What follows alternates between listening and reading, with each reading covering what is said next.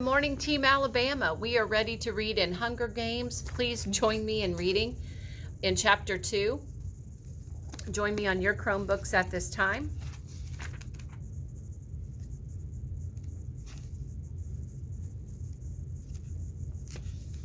Chapter 2. One time when I was in a blind in a tree waiting motionless for game to wander by, I dozed off and fell 10 feet to the ground, landing on my back. It was as if the impact had knocked every wisp of air from my lungs, and I lay there struggling to inhale, to exhale, to do anything. That's how I feel now, trying to remember how to breathe, unable to speak, totally stunned as the name bounces around the inside of my skull. Someone is gripping my arm, a boy from the seam, and I think maybe I started to fall and he caught me. There must have been some mistake. This can't be happening. Prim was one slip of paper in thousands, her chances of being chosen so remote that I'd not even bothered to worry about her. Hadn't I done everything, taken the tesserae, refused to let her do the same? One slip in 1,000. The odds had been entirely in her favor, but it hadn't mattered. Somewhere, far away, I can hear the crowd murmuring unhappily, as they always do when a 12-year-old gets chosen, because no one thinks this is fair. And then I see her, the blood drained from her face, hands clenched and fists at her side, walking with stiff, small steps up towards the stage, passing me. And I see the back of her blouse has become untucked and hangs out over her skirt. It's this detail, the untucked blouse forming a ducktail, that brings me back to myself. Prim! The strangled cry comes from my throat, and my muscles begin to move again. Prim! I don't need to shove through the crowd. The other kids make way immediately, allowing me a straight path to the stage. I reach her just as she is about to mount the steps. With one sweep of my arm, I push her behind me. I volunteer! I gasp. I volunteer as tribute. There is some confusion on the stage. District 12 hasn't had a volunteer in decades, and the protocol has become rusty. The rule is that once a tribute's name has been pulled from the ball, another eligible boy, if a boy's name has been read, or girl, if a girl's name has been read, can step forward to take his or her place. In some districts in which winning the reaping is such a great honor, people are eager to risk their lives. The volunteering is complicated. But in District 12, where the word tribute is pretty much synonymous with the word corpse, volunteers are all but extinct. Lovely, says Effie Trinket, but I believe there's a small matter of introducing the reaping winner and then asking for volunteers. And if one does come forth, then she trails off, unsure of herself. What does it matter, says the mayor. He's looking at me with a painful expression on his face. He doesn't know me really, but there's a faint recognition there. I am the girl who brings the strawberries, the girl his daughter might have spoken of on occasion, the girl who 5 years ago stood huddled with her mother and sister as he presented her, the oldest child, with a medal of valor, the medal for her father vaporized in the mines. Does he remember that? What does it matter? He repeats gruffly, "Let her come forward." Prim is screaming hysterically behind me. She's wrapped her skinny arms around me like a vice. "No, Katniss, no, you can't go." "Prim, let go," I say harshly, because this is upsetting me and I don't want to cry. When they televise the replay of the reapings tonight, everyone will make note of my tears and I'll be marked as an easy target. A weakling. I will give no one that satisfaction. Let go. I can feel someone pulling her from my back. I turn and see Gale has lifted Prim off the ground and she's thrashing in his arms. "Up you go, Catnip," he says, in a voice he's fighting to keep steady. And then he carries Prim off towards my mother. I steel myself and climb the steps. "Well, bravo!" gushes Effie Trinket. "That's the spirit of the games." She's pleased to finally have a district with a little action going on in it. "What's your name?" I swallow hard. "Katniss Everdeen," I say. "I bet my buttons that was your sister. Don't want her to steal all the glory, do we? Come on, everybody. Let's give a big round of applause to our newest tribute," trills Effie Trinket. To the everlasting credit of the people of District 12, not one person claps. Not even the ones holding betting slips, the ones who are usually beyond caring. Possibly because they know me from the Hob, or knew my father, or have encountered Prim, who no one can help loving. So instead of acknowledging applause, I stand there unmoving while they take part in the boldest form of dissent they can manage, silence, which says we do not agree, we do not condone, all of this is wrong. Then something unexpected happens. At least I don't expect it, because I don't think of District 12 as a place that cares about me. But a shift has occurred since I stepped up to take Prim's place, and now it seems I have become someone precious. At first one, and then another, then almost every member of the crowd touches their 3 middle fingers of their left hand to their lips and holds it out to me. It is an old and rarely used gesture of our district, occasionally seen at funerals. It means thanks, it means admiration, it means goodbye to someone you love. Now I am truly in danger of crying, but fortunately Haymitch chooses this time to come staggering across the stage to congratulate me.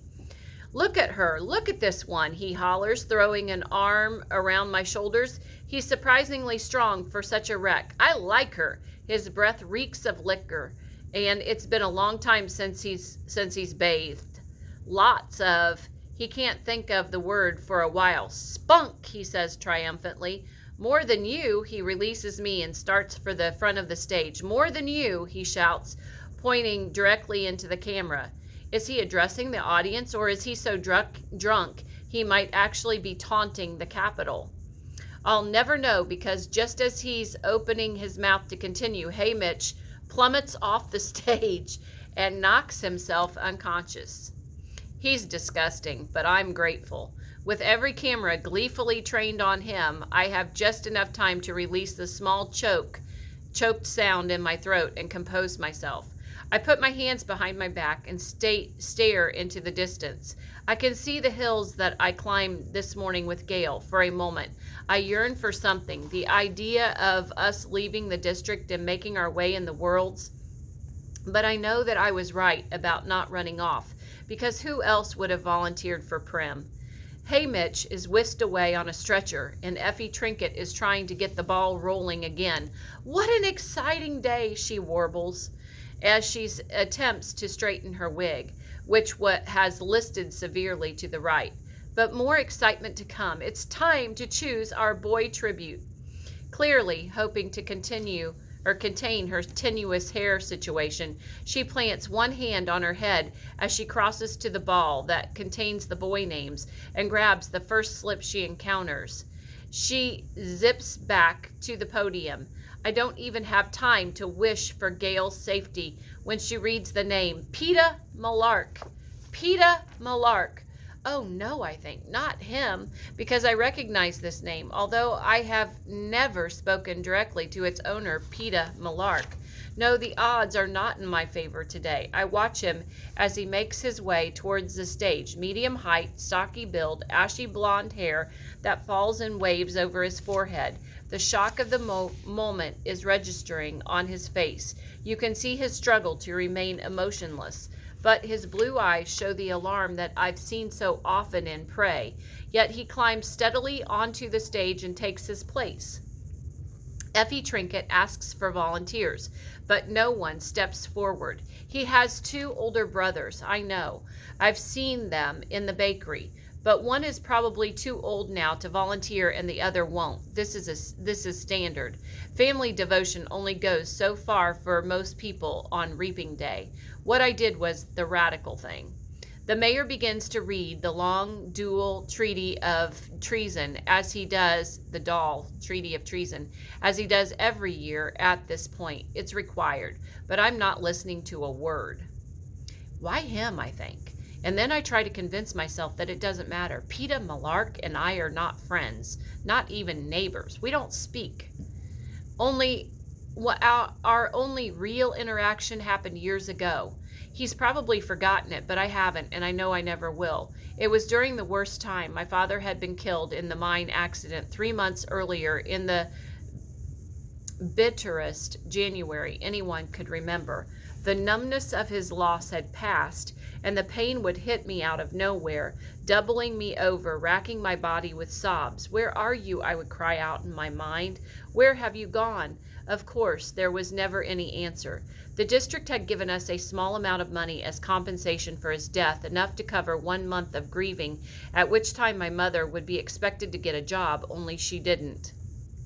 She didn't do anything but sit propped up in a chair, or more often huddled under the blankets on her bed, eyes fixed on some point in the distance. Once in a while she'd stir, get up, as if moved by some urgent purpose, only to then collapse back into the stillness. No amount of pleading from Prim seemed to affect her. I was terrified. I suppose now that my mother was locked in some dark world of sadness, but at the time, all I knew was that I had lost not only my father, but my mother as well, at 11 years old, and Prim just 7. I took over as head of the family. There was no choice. I bought our food at the market and cooked it as best I could, and tried to keep Prim and myself looking presentable, because if it had become known that my mother could no longer care for us, the district would have taken us away from her and placed us in the community home. I'd grown up seeing those home kids at school, the sadness, the marks of angry hands on their faces, the hopelessness that curled their shoulders forward. I could never let that happen to Prim. Sweet, tiny Prim, who cried when I cried before she even knew the reason, who brushed and plaited my mother's hair before we left for school, who still polished my father's shaving mirror every night because he'd hated the layer of coal dust that settled on everything in the seam. The community home would crush her like a bug, so I kept our predicament a secret. But the money ran out, and we were slowly starving to death. There's no other way to put it. I kept telling myself if I could only hold out until May, just May the 8th, I would turn 12 and be able to sign up for the tesserae and get that precious grain and oil to feed us. Only there were still several weeks to go. We could well be dead by then. Starvation's not an uncommon fate in District 12. Who hasn't seen the victims? Older people who can't work, children from a family with too many to feed, those injured in the mines, struggling through the streets, and one day you come upon them sitting motionless against a wall or lying in the meadow, and you hear the wails from the house, and the peacekeepers are called in to retrieve the body. Starvation is never the cause of death officially. It's always the flu or exposure or pneumonia, but that fools no one. On the afternoon of my encounter with Peeta Mellark, the rain was falling in relentless icy sheets. I had been in town trying to trade some threadbare old baby clothes for Prims in the public market, but there were no takers. Although I had been to the Hob on several occasions with my father, I was too frightened to venture into that rough, gritty place alone. The rain had soaked through my father's hunting jacket, leaving me chilled to the bone, and for 3 days we'd had nothing but boiled water from some old dried mint leaves I'd found in the back of the cupboard. By the time the market closed, I was shaking so hard I dropped my bundle of baby clothes in the mud puddle. I didn't pick it up for fear that I would kneel over and be unable to regain my feet. Besides, no one wanted those clothes. I couldn't go home, because at home was my mother with her dead eyes, and my little sister with her hollow cheeks and cracked lips. I couldn't walk into that room with the smoky fire from the damp branches I had scavenged at the edge of the woods after the coal had run out, my hands empty of any hope. I found myself stumbling along a muddy lane behind the shops that serve the wealthiest townspeople. The merchants live above their businesses, so I was essentially in their backyards. I remember the outline of garden beds not yet planted for the spring, a goat or two in a pen, on one sodden dog tied to a post, hunched defeated in the muck. All forms of stealing are forbidden in District 12, punishable by death. But it crossed my mind that there might be something in the trash bins, and those were fair game. Perhaps a bone at the butcher's or rotted vegetables at the grocer's, something no one but my family was desperate enough to eat. Unfortunately, the bins had just been emptied. When I passed the baker's, the smell of fresh bread was so overwhelming I felt dizzy. The ovens were in the back, and a golden glow spilled out the open kitchen door. I stood mesmerized by the heat and the luscious scent until the rain interfered, running its icy fingers down my back, forcing me back to life. I lifted the lid to the baker's trash bin and found it spotlessly, heartlessly bare.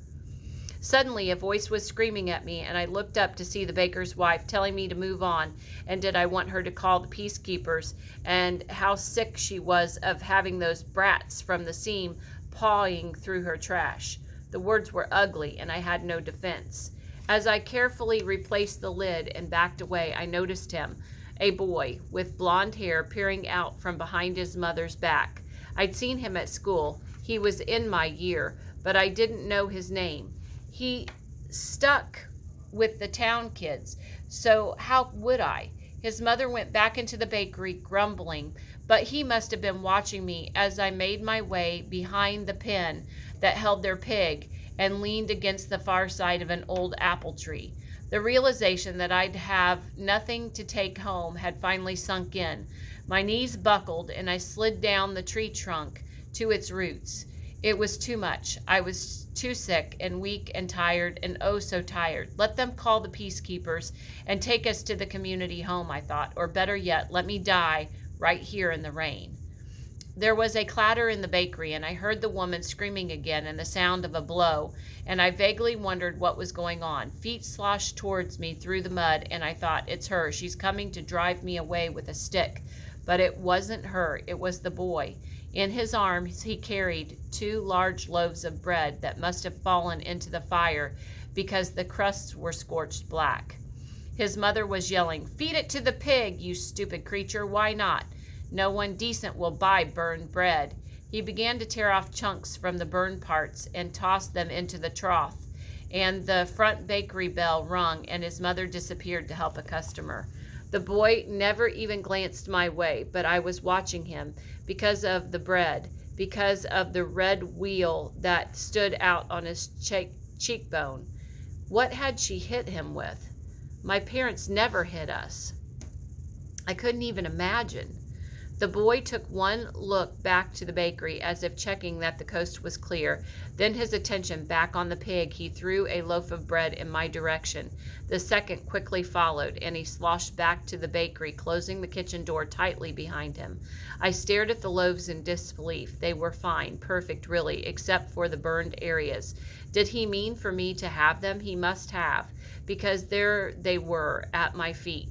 Before anyone could witness what had happened, I shoved the loaves up under my shirt, wrapping the hunting jacket tightly around me, and walked swiftly away. The heat of the bread burned into my skin, but I clutched it tighter, clinging to life. By the time I reached home, the loaves had cooled somewhat, but the insides were still warm when I dropped them on the table. Prim's hands reached to tear off a chunk, but I made her sit, forced my mother to join us at the table, and poured warm tea. I scraped off the black stuff and sliced the bread. We ate an entire loaf, slice by slice. It was good, hearty bread, filled with raisins and nuts. I put my clothes to dry at the fire, crawled into bed, and fell into a dreamless sleep. It didn't occur to me until the next morning that the boy might have burned the bread on purpose, might have dropped the loaves into the flames knowing that it meant being punished, and then delivered them to me, but I dismissed this. It must have been an accident. Why would he have done it? He didn't even know me. Still, just throwing me the bread was an enormous kindness that would have surely resulted in a beating if discovered. I couldn't explain his actions. We ate slices of bread for breakfast and headed to school. It was as if spring had come overnight. Warm, sweet air, fluffy clouds. At school, I passed the boy in the hall. His cheek had swelled up and his eye had blackened. He was with his friends and didn't acknowledge me in any way. But as I collected Prim and started for home that afternoon, I found him staring at me from across the schoolyard. Our eyes met for only a second, and then he turned his head away. I dropped my gaze, embarrassed. And that's when I saw it, the first dandelion of the year. A bell went off in my head. I thought of the hours spent in the woods with my father, and I knew how we were going to survive. To this day, I can never shake the connection between this boy, Peter Malark, and the bread that gave me hope, and the dandelion that reminded me that I was not doomed. And more than once, I have turned in the school hallway and caught his eyes trained on me, only to quickly flit away. I feel like I owe him something, and I hate owing people. Maybe if I had thanked him at some point, I'd be feeling less conflicted now. I thought about it a couple of times, but the opportunity never seemed to present itself, and now it never will, because we're going to be thrown into an arena to fight to death. Exactly how am I supposed to work in a thank you in there? Somehow it just won't seem sincere if I'm trying to slit his throat. The mayor finishes the dreary treaty of treason and motions for Peter and me to shake hands. His are as solid and warm as those loaves of bread. Peter looks me right in the eye and gives my hand what I think is meant to be a reassuring squeeze. Maybe it's just a nervous spasm. We turn back to face the crowd as the anthem of Pan Am plays. Oh well, I think, there will be 24 of us. Odds are someone else will kill him before I do. Of course, the odds have not been very dependable of late. Okay, guys, go ahead and do a few facts over this. Talk about who was chosen as tribute for the boys, who was chosen as tribute for the girls. How did they know each other from the past? List some of those as your facts. And if you have questions, what questions do you have? And there's plenty of vocab in here. Let's go ahead and add some questions and vocab also. Have a great rest of your day, Team Alabama.